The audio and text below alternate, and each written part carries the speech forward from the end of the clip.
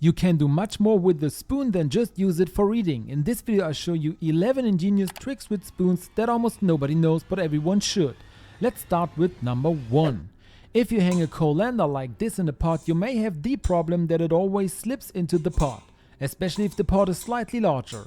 But here at the top of this small eyelet, you can simply push a spoon through and the sieve will stay in place and no longer falls into the pot.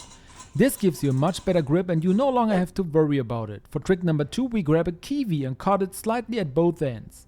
Now you can take a small spoon and carefully squeeze it directly under the skin. Now run this spoon right along the skin, once around the entire kiwi. This is how you remove the fruit from the skin. As you can see now, I can push through here once and I have freed the entire fruit from the skin and we no longer have any remnants of the fruit hanging on our skin. So you can peel the kiwi perfectly with a spoon. Another thing that works very well is if you have a tin like this that you want to open and you can't get your fingernail under it because it's either too short or too long and could break off. Then grab a spoon and fold the whole thing over a little. If you don't want to reach in here either, you can take a spoon, carefully bend the whole thing over, pull the whole thing from one to the other side and you've opened the tin perfectly. But what do you actually do with a can that doesn't have a handle to open it and you don't have a can opener to hand? You can still use a spoon. Take this side of the spoon, hold it firmly and rub it along the top of the can on the side where you would go in with the can opener. After a while you will have made a small slit here by rubbing back and forth. Now you can use the leverage effect to lever the spoon back and forth around the entire can. At some point the time will come when you have opened the opening around the entire can at least far enough that you can fold it upwards with the spoon, as you can see here with me. And then you can also open a tin like this with a spoon, just in case you don't have a tin opener to hand. Another ingenious trick is to peel an egg with a spoon in a matter of seconds. To do this, remove a little of the top and bottom of the shell, so that you can now go in here with the spoon and push through to the other side. Now turn the spoon once around the entire egg. This will loosen the shell everywhere and you can now pull the egg out of the entire shell.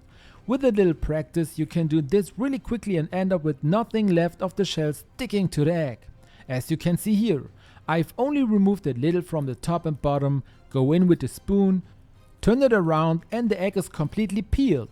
For our next ingenious trick we want to rub a spoon. However, this is not a magic trick. We are doing it in a very specific situation. Imagine you're in the kitchen and have to chop an onion. Then you're probably familiar with the problem of your hands stinking afterwards because you've touched the onion with your hands. However, we also have the same problem when we cut a clove of garlic or other things, for example. The problem with this, however, is that if you wash your hands with soap, they will continue to stink of garlic or onions, but not if you rub them over a spoon. Rubbing stainless steel can ensure that your hands no longer stink. If you don't have a spoon to hand, you can even do the whole thing on a stainless steel sink. And have you ever thought of putting spoons on your eyes? I'll show you the special moments when you should do this. You'll need 2 spoons for this. It's best to use small teaspoons, but first you need to prepare them a little. Put them in your fridge, because we want them to be reasonably cool. Ideally you should leave them in the fridge for about half an hour before using them. Once half an hour has passed, you can simply take them out and start pressing the spoons on your eyes, on different parts of your eyes. Close your eyes and press them onto your eyelids. Leave them on for a few minutes. When you have finished, you can also press it a little under your eyes, so directly on the skin under your eyes. Leave them on for a few minutes and move them from here to there so that you have covered the entire area under your eyes. This is because the cold that the spoon transfers here will remove bags and dark circles. Especially if you have a short night, you can ensure that you look much fitter and clearer in your face. For our next trick, let's put a spoon in our garden. If you'd rather not do this with a spoon, you can simply use the lid of a plastic bottle as I'm doing here. Because what's much more important is what we put in the lid or on the spoon. The first step is to add some sugar. Fill the lid or spoon about halfway with sugar. Once you have done this, you need one more ingredient, which is Normal water. Now pour a small amount of water on top. The whole thing should not overflow at the end. The water will now combine with the sugar. This means that the sugar slowly dissolves. We have now created sugar water. And this has practical advantages in your garden or anywhere outside in general.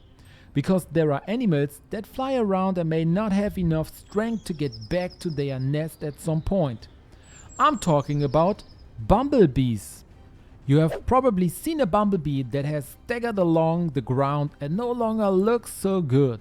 A little sugar water is usually enough to help it regain its strength, and then it can continue on its way. So you are helping her. If you like to use ginger when cooking, then you know what the biggest problem with ginger is: getting the peel off. Because with all its little branches and all these grooves that appear around the ginger, it's not so easy to remove the peel as a whole. If you use a peeler, you usually don't get everything perfectly peeled off. The next problem is that you peel off much more than you actually should. Even with a knife, you have exactly the same problem. Not only are you removing the peel, but also a lot of the ginger itself, which you have paid dearly for. And you can simply use a spoon for this instead. A small teaspoon is best for this, as you can rub it over the ginger as you see me doing. And really only remove the peel.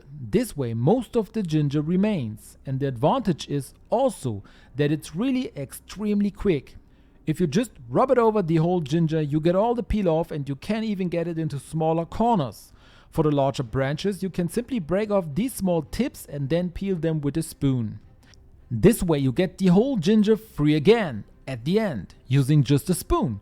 Our next trick involves a slightly different spoon, the pasta spoon. You've probably noticed this hole before, but very few people know what this hole in the pasta spoon is really for, because it has a very specific function.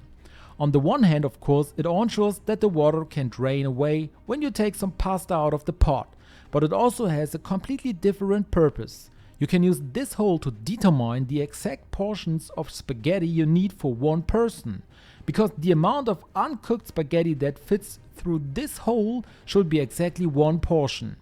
If you have someone who likes to eat a little more, then you should make a little more, or perhaps put 2 portions of pasta through the hole.